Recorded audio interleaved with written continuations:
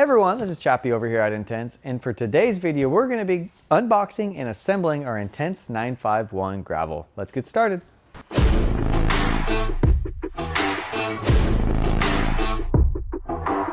We're actually going to pull the bike out of the box in order to take some of the items off and as well some packaging.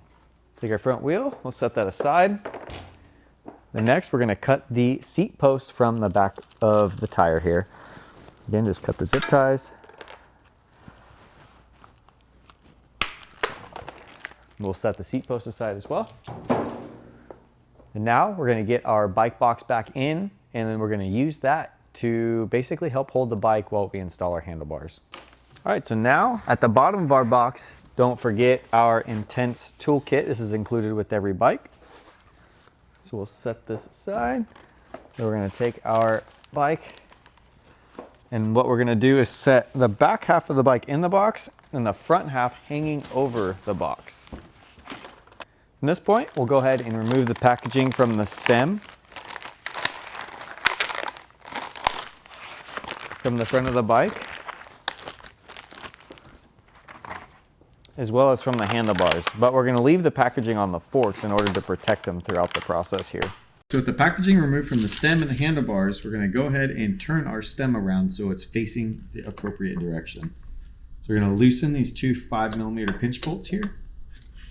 Rotate the stem to face forward. And then we'll just lock one of these pinch bolts down, just snug it in place to hold the orientation of the stem. All right, so next we're going to remove the stem faceplate here using a 4mm Allen. Once we have the stem faceplate off, we're going to grab our handlebars and roll them up into position. So as we do this, we want to take care to make sure that the cables remain out of the contacting surface for the bar and stem. So you can do that by just kind of pulling down and placing the bar into the opening. Once the handlebar is in the opening, we can install our stem faceplate here. It's always a good idea to start those threads by hand. So as we're tightening our faceplate bolts, we want to make sure we maintain an even gap from the top as it is to the bottom. So we're just going to keep an eye on that as we go here. Also making sure that our bars are centered in the stem as well. Gently snug these bolts. We don't want to get anything locked down quite yet. And our stem faceplate gap from the top to the bottom is even. And then once we're happy with our positioning, we're looking pretty good there, we can go ahead and snug these bolts into position. Now later on, we'll come back and torque our stem faceplate bolts.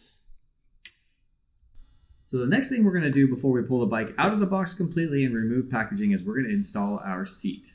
So we're going to use a 4mm Allen. We're going to loosen our seat post clamp bolt here. And all we need to do is 1 to 2 turns of loosening in order to free that up. We're going to grab our seat post here and we're going to insert it into the seat tube of our frame. Now, one thing to take note of is you'll see a minimum insertion line here. This means that the post has to at least be far enough in to cover that line or deeper. Anything beyond there and deeper is A-okay. So as we get this position, we'll just make sure it's nice and straight. And at this point, we can go ahead and torque the seat post clamp to 6 Newton meters. We'll come back with our torque wrench set to 0. Install with our 4mm bit here. And we're going to torque to our 6 to 8 Newton meters.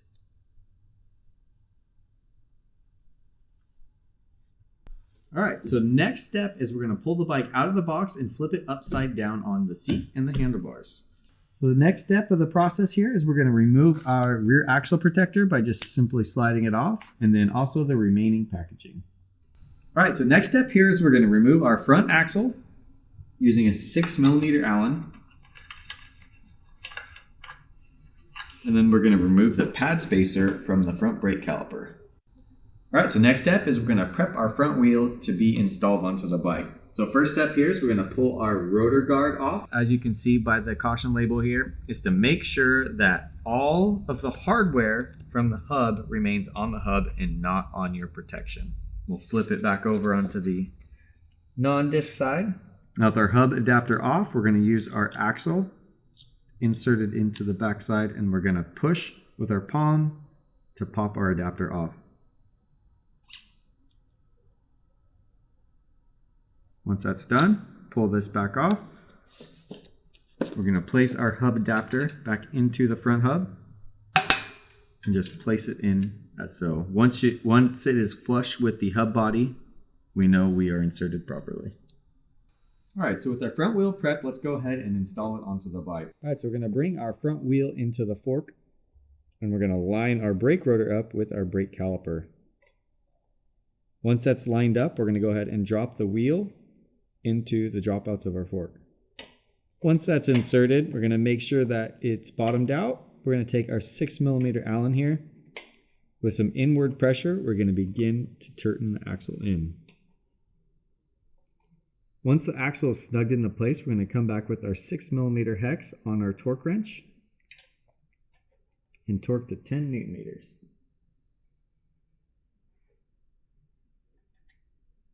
All right, so now that we have the wheels on, we're going to go ahead and install our pedals while the bike is still upside down.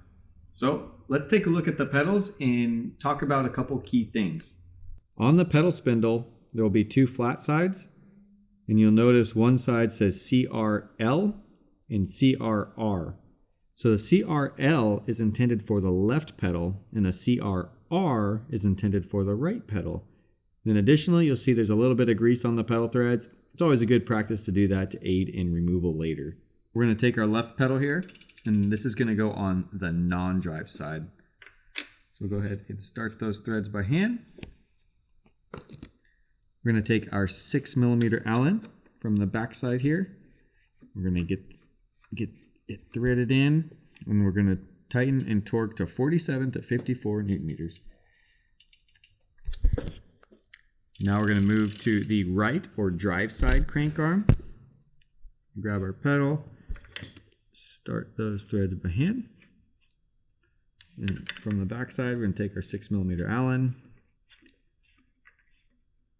thread our pedal in, and tighten and torque to 47 to 54 Newton meters.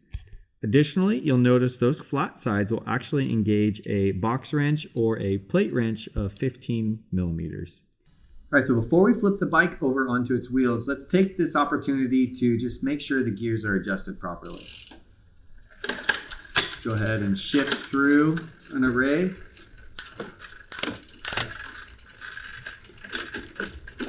Everything looks good. However, if you do notice any issues or discrepancies with your shifting, there is a derailleur tuning video located in our tech video section that will walk you through the process from start to finish. All right, so now that we have the bike flipped back over onto its wheels, let's take a second to get our saddle height adjusted. So a quick and easy way to get us in the ballpark is simply place your hand on the top of your hip bone and see where it sets up against the seat. So for me, the saddle height is slightly high, and what we're looking for is my hand to basically be right on top of the seat. So for me, I need to bring the saddle down. We're going to use our 4mm Allen here. We're going to loosen our seat post clamp. We're going to slide our seat post down. We're going to recheck right there. That's pretty good. So that's a great starting point for me on this particular bike. Now we're going to go ahead and tighten and retorque to 6 Newton meters. Now from this point, now that we have our saddle height set, we can take a look at our handlebars. So coming up to the handlebars, the first thing we want to look at is our angle. So a really good starting point is to make sure that the hood and our bar here is rolled flat. So as you can see, it's rolled up right now. So what we'll do is loosen our stem bolts and then just simply roll our bars down until the hood and bar profile here is flat with the ground. This is a great place to start, and obviously these adjustments are infinite, and it's really important to take the time to adjust to what fits best for you. All right, so now that we have our seat and our handlebars set up in a good starting point for us, we're going to finish this off by adjusting and tightening our headset assembly. So what we'll do to start this, we're going to take our 5mm Allen, We're going to loosen the 2 pinch bolts on the back of our stem. Then we're going to come up to the top of the stem, and we're going to tighten to roughly 2 to 4 Newton meters. So this is a good starting point in order to make sure that everything's good. What we'll do is look for a slight amount of resistance, but not so much that it becomes an issue. So once we're happy with that setting, we can take our 5mm Allen. We're going to go ahead and snug these bolts back up. And then we're going to come back with our torque wrench and set the torque values for the pinch bolts and our handlebar clamp. So this torque value is 7 Newton meters. So we're going to go ahead and spin this until we see the line up with number 7. Good there. I'm going to rotate this around and repeat the process on this pinch bolt. All right, so we're going to come to the front of our bike here with a 4mm Allen on our torque wrench, and we're going to tighten our stem faceplate bolts in a cross pattern. So we're going to start top right, bottom left, then we're going to come across over here to bottom right, and then top left. So this is going to be torqued to 5 Newton meters. Over, come down.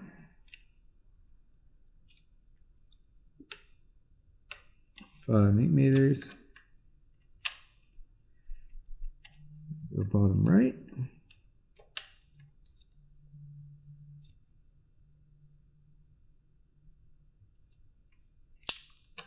And then repeat on top left.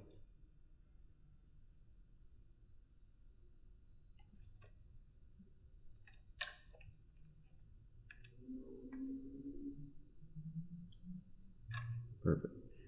Now, one thing to note as we bring the stem faceplate up to torque is to still make sure that the gap between the stem and the faceplate is even on both the top and the bottom. It's always good to recheck as we go through the torque process there. Aside from roll of the handlebar, one other level of adjustment is our hood adjustment. So we can actually change the angle of our hood, which also controls the angle of our brake lever in this surface here. So this is done by simply rolling this hood back. And you can simply loosen this bolt and roll your lever to your desired position and then retorque and tighten afterwards.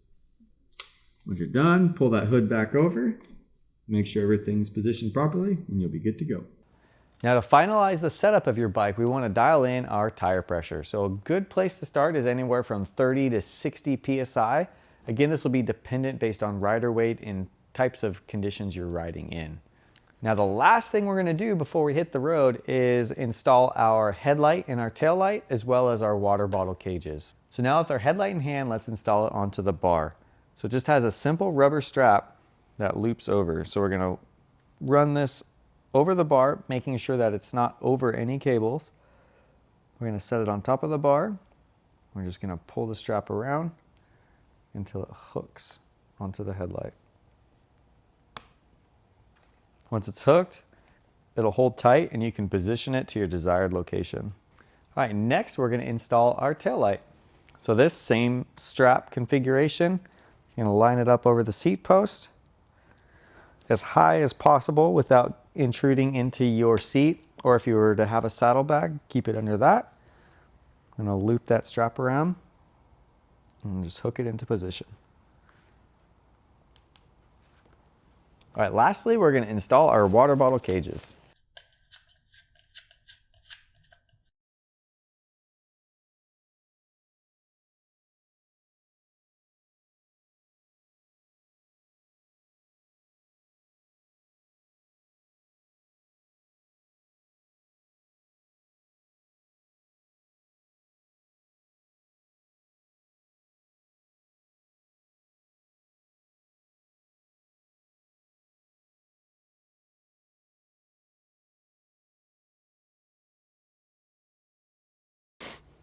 All right, lastly, we're going to come with our torque wrench and torque these to 3 Newton meters.